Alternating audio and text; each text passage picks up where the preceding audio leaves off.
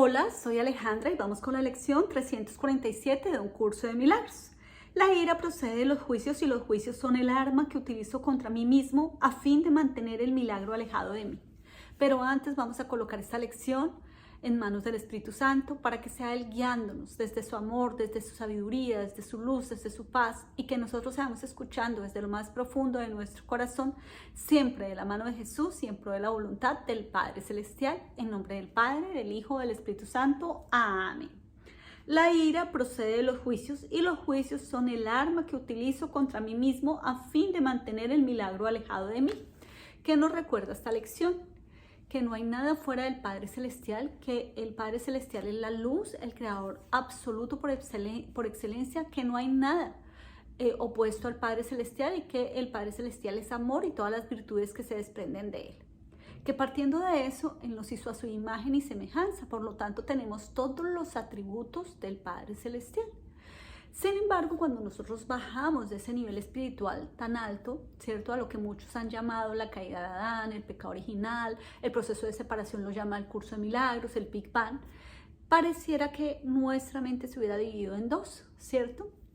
Y entonces voy a explicarlo un poco gráficamente y es como si nuestra mente tuviera un diablito, ¿sí? Que es el ego, ¿cierto? Y un angelito, que es el Espíritu Santo. El Espíritu Santo es la unión que nos queda entre el Padre y el Hijo. Por lo tanto, el Padre colocó esa voz para que la escucháramos. Pero nosotros creemos en el ego. ¿Quién creó ese ego? Pues nosotros, ¿cierto? Porque es una voz que yo creo y que escucho. Entonces, lo que hace nuestra mente es escuchar dos voces siempre.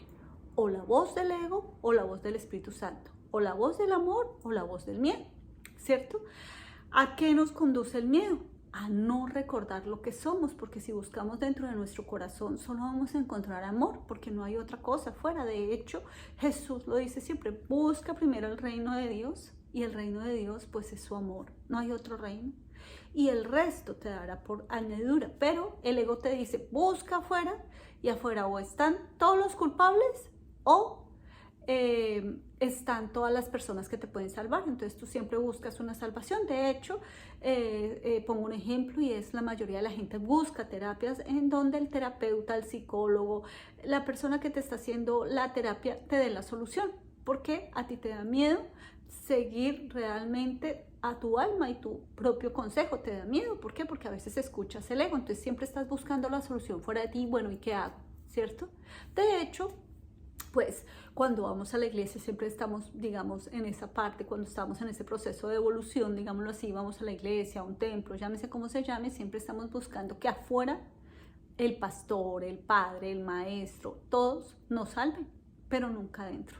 Pero además no reconocemos que todo lo que vemos afuera, que es lo que el curso de milagros nos explica todo el tiempo, es nuestra proyección de lo que somos. Por lo tanto, si yo veo ir afuera, yo tengo que sanar mi ira adentro, ¿cierto? ¿Por qué? Porque lo que yo veo afuera es mi proyección de lo que yo pienso, ¿cierto? Entonces, vuelvo a colocar este ejemplo que lo he colocado durante todo el año y es aquel rey que estaba buscando un maestro, un maestro, alguien a quien seguir, un líder, un hombre santo, bueno, como lo quieras llamar, y él buscaba, él nunca lo encontraba. Y resulta que un día los soldados le dicen, mire, llegó un hombre muy sabio, muy inteligente, es un maestro, es maravilloso. Entonces el rey dice, tráigalo. Y todos decían, no, pero es que no lo podemos traer. ¿Por qué? Tráiganlo ya, porque yo quiero conocer ese sabio. Ese sabio no olía muy bien porque era una persona que vivía en las montañas, que se alimentaba de las hojitas de los árboles, que muchas veces duraba meditando mucho tiempo, que solo se preocupaba por la parte espiritual, más no por su cuerpo, por su físico. Entonces tenía mal aliento, no se veía bonito al aspecto físico, no tenía una limpieza. Entonces cuando llega donde el rey dice, ¿y esto? ¿Esto es un sabio?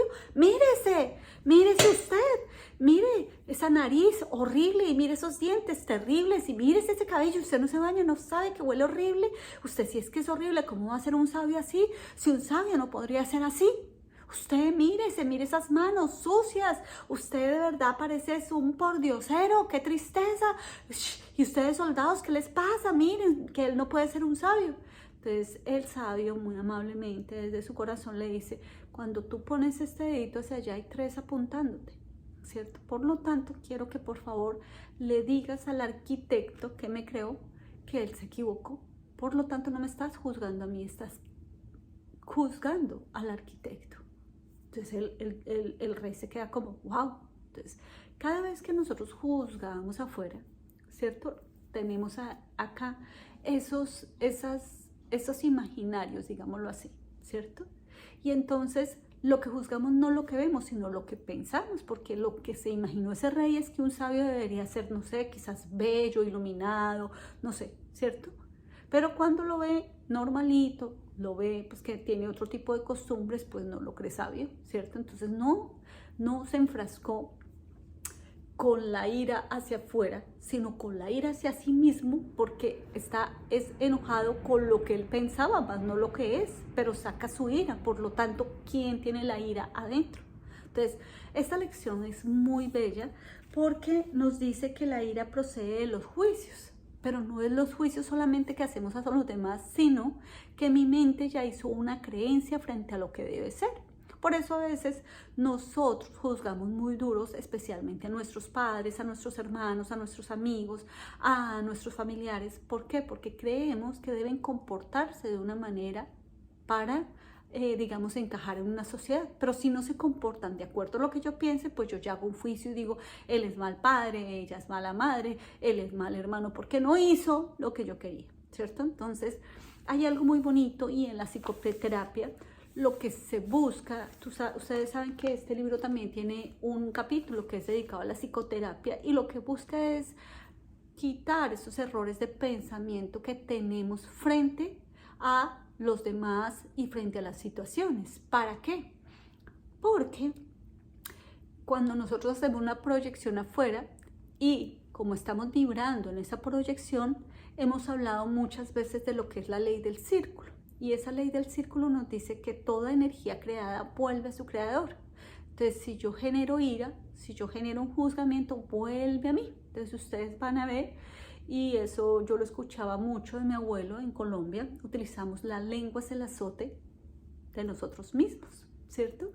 Y es porque a veces nosotros hemos juzgado quizás a alguien. Entonces, he visto personas cuando dicen, ay, qué terrible el problema de drogas, ese es un problema para todo el mundo, mis hijos sí no son así, y ¡fum! Pácate, le pasa el problema de drogas. También hemos visto cuando, por ejemplo, la gente dice, ay, esa muchachita, mire, se pone a tener hijos, en mi casa las niñas sí no son así, y pácate, queda embarazada. ¿Por qué?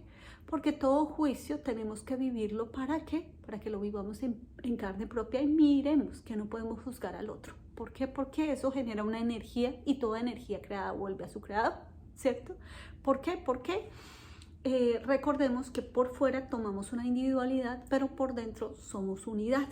Y entonces lo que hace esta unidad es bajar en la individualidad para mostrarnos tanto todo el amor que somos, que corresponde al Espíritu Santo, como todo lo que no somos. ¿Y cómo no lo muestra? A través de las experiencias. Entonces la gente dice, no puede pasarme a mí, ¿cierto? Yo no soy, por ejemplo, a veces dicen, tú eres tacaña, y dicen, no, yo soy amplia, sí, pero eres tacaña contigo mismo. ¿Por qué? Porque resulta que tú no te das el tiempo para ti, porque a veces compras para los demás, pero no para ti. Entonces la vida lo que te dice es, mira el sagrado presente y escúchalo, escucha al Espíritu Santo. Y acá solo puede haber amor hacia los demás y amor hacia acá. Porque si tú sacas alguna emoción desde el miedo, que lo puedes hacer porque es tu elección, porque es tu libre albedrío, tienes que vivir esa situación que has juzgado. ¿Para qué? Para vivirla en carne propia. Y una de dos, o vas a echar la culpa afuera o vas a echar la culpa adentro, o la vas a mandar a tu cuerpo en forma de una enfermedad. Entonces, cuando la puedes ver y no lo ves como malo o bueno, sino que no lo juzgas y dices, pues no lo acepto para mi vida, pero no lo acepto para nadie más, pues lo puedes ver desde el amor, porque sabes que solo es una experiencia. Entonces, cada vez que nosotros juzgamos, nos ponemos en el altar del Padre Celestial y nos volvemos jueces. De hecho, pues eso fue un rezago, digamos, que la religión nos dejó, porque de hecho, si ustedes ven el credo y dice, y Jesús vendrá a juzgar y Dios en muertos, y uno dice, Jesús me va a juzgar, Dios mío. Entonces mucha gente está angustiada por la hora final y cree que siendo buena, pues no lo van a juzgar, pero acá lo que se habla es de energías, ¿cierto? Y acá ustedes nunca van a ver un Jesús juzgando, va a haber un Jesús hablando con la samaritana, con los romanos, con los judíos, con fariseos, con recaudadores de impuestos, con todo. ¿Por qué? Él vino fue a mostrarnos que éramos amor, que no nos deberíamos dejar engañar por el personaje, que la ira, que todo lo bonito que nosotros tenemos y todo lo no tan bonito procede de nosotros, pero que es nuestra elección actuar en consecuencia desde el Espíritu Santo o la mente recta del Padre Celestial o desde lo que nosotros creemos que somos.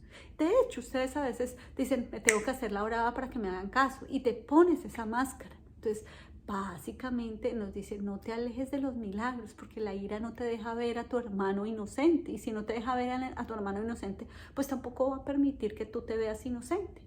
Pues nada, espero haber sido clara en esta lección. Nos vemos en la siguiente lección. Muchas gracias.